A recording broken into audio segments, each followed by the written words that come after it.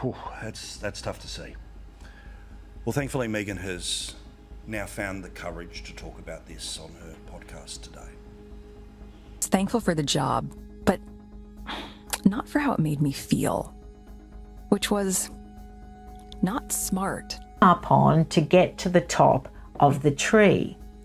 And I've been fascinated to see the amount of branches that were built. You know, some stories are just tough to watch unfold, and this one is no exception.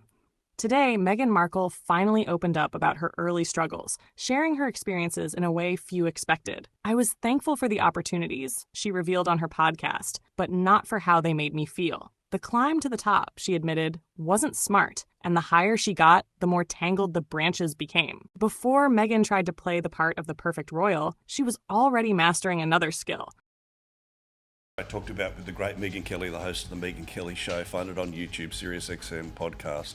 A subtle, calculated kind of networking. Not raw talent, not charm, but pure strategic connection. While other actresses scrambled for auditions, Meghan was quietly perfecting her own side hustle, social climbing with precision. Marcus Anderson is very unique in the Meghan Markle Disposable Friends series because Marcus is indispensable.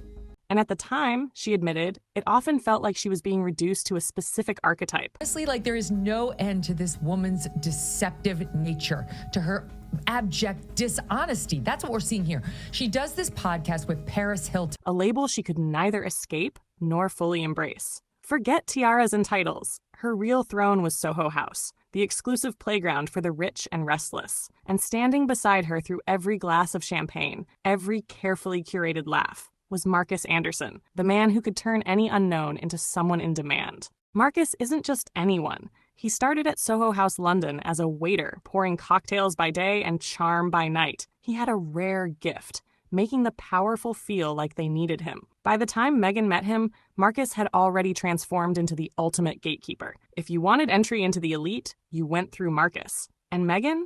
She spotted the opportunity instantly. Marcus had the connections, and she wanted them all. Soon, she was jetting off on Soho House-funded trips, rubbing elbows with producers, executives, and anyone who could elevate her career. She didn't just meet Marcus. She latched onto him. And make no mistake, this wasn't romance. It was strategy. On her podcast with Paris Hilton, Meghan talked about being labeled a bimbo, a term she rejected. Meanwhile, Paris leaned into it and made millions. But Marcus gave Meghan what Hollywood had not: instant credibility.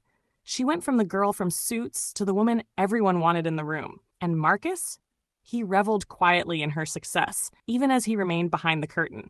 Meghan's ambition was meticulous. Every interaction, every event was part of a larger plan. Marcus knew the right people. Meghan knew how to leverage every introduction. Marcus Anderson, I hope to prove to you in this video that Meghan Markle wouldn't have the level of global fame that she enjoys now. Together, they became a formidable duo, moving through the world's social circles faster than anyone could blink. Without Marcus, it's fair to say Meghan might never have reached the level of global fame she now enjoys. Designers, directors, philanthropists, Marcus introduced her to them all, and Meghan absorbed it like oxygen. Marcus wasn't a friend. Me, depends how you look at it.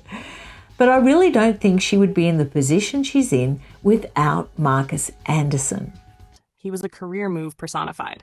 And it was Marcus who reportedly arranged the fateful weekend at Soho Farmhouse, the place where Meghan would meet Prince Harry. Coincidence?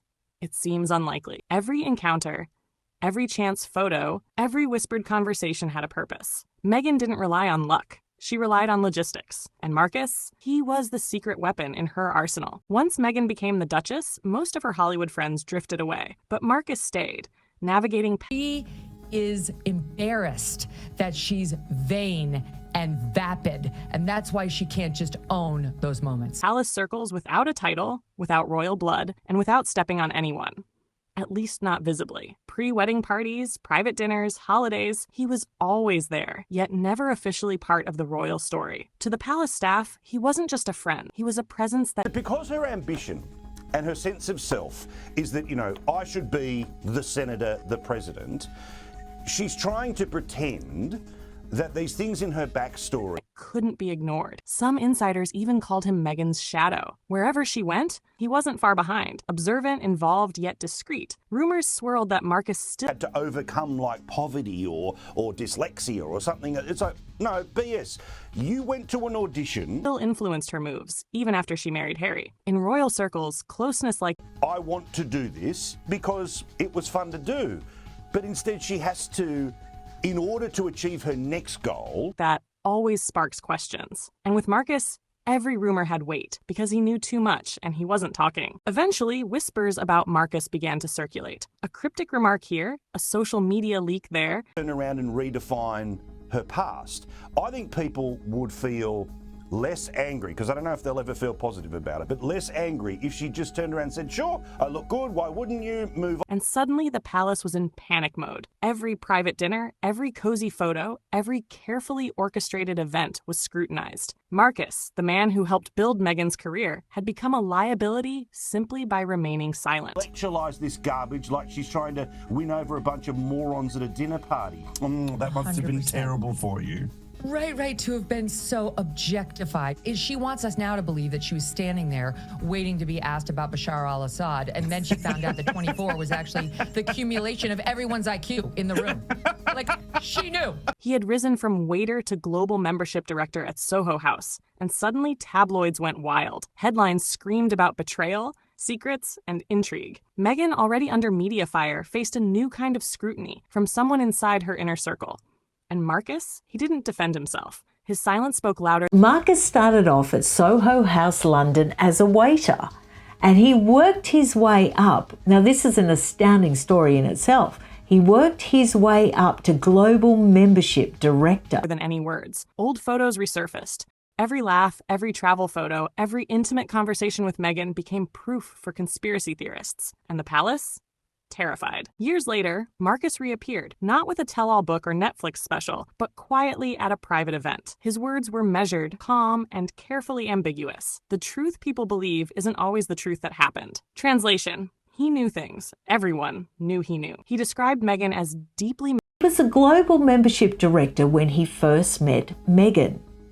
Now, his job was to go to a new city wherever they were opening up a new Soho House. misunderstood and fiercely determined. PR speak for someone who could challenge the system while remaining elusive. For royal insiders, this was a reminder that Marcus could be both loyal and dangerous. Find the best and the brightest of that city to invite to the founding members' party. And they didn't just invite anybody. A balancing act that kept everyone on edge. Meanwhile, Meghan's public image had shifted. Ambitious, manipulative, impossible to please. Her critics had plenty of fuel. And Marcus? The ghost in her story. The man who could have undone her reputation. Scene of the city where they were opening up. Now, it always worried me that all of the biographers that have done books on Meghan Markle, and also a lot of people that have done interviews and magazine articles, with a single word. Today, Marcus Anderson remains mostly out of the public eye. No interviews, no appearances, just the faint shadow of... imply that just because she was in Suits, that was how she met Marcus Anderson in Canada. Influence lingering in Meghan's life. His silence became a warning, a demonstration of the price of ambition. Meghan wanted power, Marcus wanted access. Together, they built a temporary empire of charm and illusion. And when it all collapsed, both were left standing among the ruins, pretending not to look back. Even now, the questions linger. Worried me because I knew that in those early seasons of Suits, they pretty much weren't on the map with many people. And I couldn't see that Marcus Anderson would necessarily meet her. What really happened between them?